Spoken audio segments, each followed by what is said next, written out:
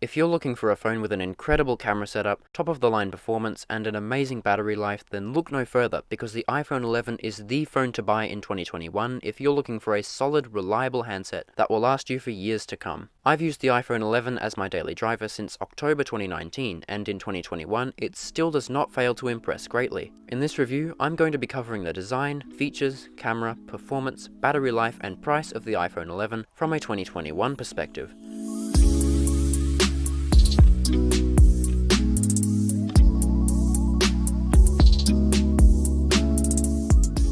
Do you currently own or want to own the iPhone 11? Let me know in the comments below, and while you're at it, please make sure you like this video and subscribe to TechSpree for more content just like this. So the iPhone 11 was released in September 2019, so as of early 2021, it's a little over a year old, but nevertheless, it still holds up very well and will be extremely solid for years to come. This phone is going to be the new middle tier phone in Apple's lineup, and it's the perfect all-rounder device for those who want flagship specs but don't want to pay as much for the latest iPhone. Now, the design is basically identical to the previous iPhone XR. It shares the same glass back, aluminium sides, and notched display, but the second camera does set it apart. Now, there are a few other small differences, such as the Apple logo being moved from the upper half of the back glass to the middle to make room for the huge camera bump, and the removal of the iPhone text at the bottom, but since mine is the product red edition, we still do get that branding. The iPhone 11 also comes in 6 different colors: white, black, purple, yellow, green, and product red. Now, the purple and green really stood out to me, but I ended up going with the red because I really like the way it goes with the black bezels on the front. Now, since the back is glass, wireless charging is possible with this phone, but it is also a huge fingerprint magnet, so you might want to use a case if you don't mind the extra bulkiness to help keep your phone clean. Now, the camera bump at the top is actually part of the same piece as the rest of the back glass, but it sports a matte finish as opposed to the glossy glass on the rest of the phone. Now, this camera design got a lot of hate when it first came out, but I think people have grown to like it over time. I mean, it's not the most attractive or sleek camera setup in my opinion, but you do get used to it, and when you do, you don't really give it a second thought. Now, the phone feels pretty thick and bulky in the hand, especially if you have a case on. In fact, the iPhone 11/10R design is the thickest Apple has ever given to an iPhone, although it has an extremely solid feel to it, like it's not going to snap in half or bend or anything. But it's not very one-handed friendly at all compared to using it with 2 hands, which is rather comfortable. The LCD liquid retina display on the front is all screen apart from the notch at the top. Now, the bezels aren't too much of an issue, but they aren't as small as the ones on the more premium iPhone models, such as the iPhone 11 Pro series. The actual display, however, is unfortunately one of the downsides of owning this phone, if you really care about specs. It has a 1792 by 828 resolution at 326 pixels per inch and has a size of 6.1 inches. Now, this isn't a horrible display, but it does have the same pixel density as the 2010 iPhone 4, and it can only display content in 828p instead of a full 1080p HD resolution. So basically, you can't watch YouTube videos, play games, or scroll social media in full quality, and it received a lot of backlash, which is fair enough. It's also an LCD display, which means that you don't get as deep a blacks or as wide as a color spectrum as an OLED panel. But I mean, as I said before, it's not the worst display ever, and unless you're really into tech specs, you most likely won't even notice, or care for that matter. It does the job just fine, and it is sharp enough so that you can't see pixels at a normal viewing distance. It certainly wasn't a problem for me, but I have noticed the difference since upgrading to the iPhone 12 mini, which has a 1080p OLED display. And it is worth knowing that this $1,000 phone isn't capable of showcasing 1080p content, but again, if you're not into tech specs, honestly, don't worry about it. But whether you are or not, you'll definitely be impressed by the iPhone 11's camera setup, and if you're coming from an older iPhone like a 6S or a 7, you'll be absolutely blown away. The main 12-megapixel wide camera takes awesome photos and is almost on par with the current iPhone 12 series. Colors really pop and fine details can be clearly seen. The 12-megapixel ultra-wide camera below it is the first of its kind seen on an iPhone and allows you to get a much larger field of view, which is useful when, for example, taking a group shot without having to get everyone to shuffle in. It's also worth mentioning that you do lose a bit of quality when using this camera, but I mean, it's not really anything to be concerned about, and you'll find this feature extremely handy. Along with that, we also get portrait mode with the ability to take bokeh shots of not just people, but animals and objects too, as the iPhone XR could only take portrait shots of people, plus it got a lot better at not blurring out parts of the subject like hair or glasses. And of course, the other new feature to the iPhone 11 series was night mode. Night mode allows you to take clear shots in dark settings like a concert or as the name suggests, at night. It works quite well and gives you better photos in low light without the flash overexposing the image. The selfie camera is also 12 megapixels and, like the rear shooter, is basically industry standard, and if you're a selfie person, this will appeal to you greatly. The selfie camera brought a new feature called Slofies, which has an awful name, but it allows you to take slow motion video on the selfie camera. And of course we do get portrait mode on this camera, but no night mode like on the iPhone 12 series. Now video can be filmed up to 4K at 60 frames per second on all cameras, and at the time Apple described it as the sharpest video on any smartphone, and even though this is no longer the case, it's still incredibly good. Stabilization is top notch and you can see everything that's happening extremely clearly. In terms of performance, the iPhone 11 is equipped with Apple's A13 Bionic chip and 4GB of RAM. Everything runs great on this phone and it never stutters when opening apps or playing games. It's an extremely smooth experience, partly thanks to the optimization of iOS, but the A13 chip is extremely powerful. If you buy this phone and keep it for a few years, I can pretty much guarantee that it will be quite snappy, even on its final version. I can't really find anything to complain about in this department, so if you're worried about the performance on this phone, don't be. Now, battery life is also a very strong point of this phone. The iPhone 11 packs a 3110 mAh lithium-ion battery, and if you're a light user, it will give you literally days of use without needing a charge. And even if you're a heavy user, it will still get you through a full day without any problems. Personally, I use social media and I use the hotspot for my laptop the most during the day, and I was still seeing around 30 to 40% left when I got home in the evening. So no matter what type of user you are, don't be worried about the battery life on this phone because it's extremely solid and can last you for days on end. Now, the iPhone 11 starts at $999 Australian dollars or $649 US, which is a pretty great deal, but again, at this price point they really could have done better with the display. But other than that, this phone is a pretty fantastic deal, and for that reason I think it's going to be a huge bestseller this year.